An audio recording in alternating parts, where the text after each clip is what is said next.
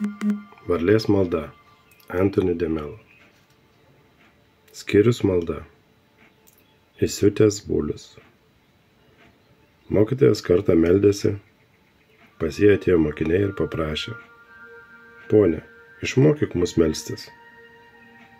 Štai kaip jis juos mokė.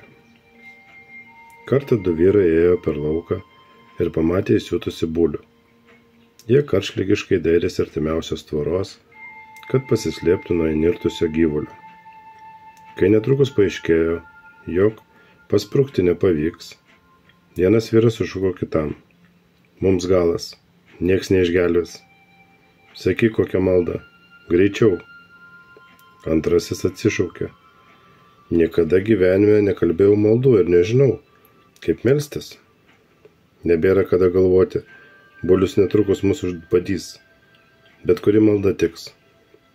Gerai, sukalbėsiu tą, kurią, kiek prisimenu, tėvas sakydavo prieš valgį. Už viską, ką gauname, Viešpatie, mokyk mus dėkoti.